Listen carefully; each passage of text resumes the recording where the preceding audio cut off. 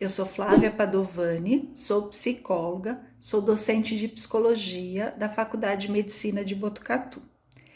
Fui convidada a falar para vocês um pouco sobre a situação da pandemia para as crianças. Em relação às crianças, nós temos duas situações distintas. A primeira situação é das crianças que estão convivendo diretamente com o adoecimento por Covid. Seja o próprio adoecimento, o que não é tão comum, porém existe, seja o adoecimento de um familiar, podendo inclusive ter o falecimento deste familiar ou da própria criança. Mas eu vou falar para vocês da segunda situação, que é a situação mais frequente, que é a situação das modificações na vida, na rotina dessa criança, nos seus hábitos de higiene, na sua socialização. Então, a pandemia e todas as normas aí de segurança, e de normas de higiene pessoal, elas trouxeram uma série de modificações na vida da criança, na vida das pessoas em geral, mas também das crianças.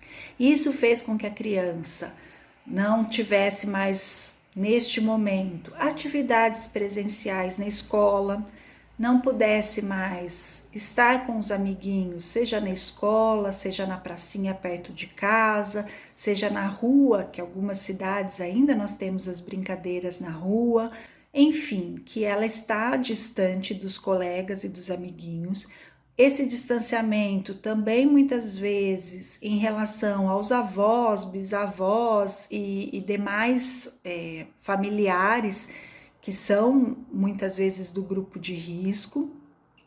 A rotina da criança dentro da própria casa, com os familiares dentro de casa, trabalhando em casa, ou aquelas crianças que os familiares não puderam ficar em casa e precisaram sair para trabalhar, muitas vezes sob os cuidados de algum outro adulto, de alguma outra pessoa, não necessariamente que já convivia com essa criança anteriormente, enfim, é uma série de modificações na vida dessa criança. E diante disso, é super importante, em primeiro lugar, ouvirmos essa criança. E quando eu falo em ouvirmos, não é só no sentido de escutar o que ela tem para nos dizer, mas principalmente de entender e legitimar todas as angústias, dúvidas, ideias que essa criança pode ter em relação a esse momento. Então é importante que a gente não minimize, não despreze, não negue os sentimentos e as ideias e as dúvidas dessa criança. Ao contrário, que a gente as ouça e mostre para a criança que entendemos que isso pode acontecer, que isso é normal e que está tudo bem. Então, esse é um primeiro aspecto. Um segundo aspecto é em relação às informações que vamos passar para essas crianças. É importante sermos francos com as crianças, deixarmos um canal de comunicação aberto a elas.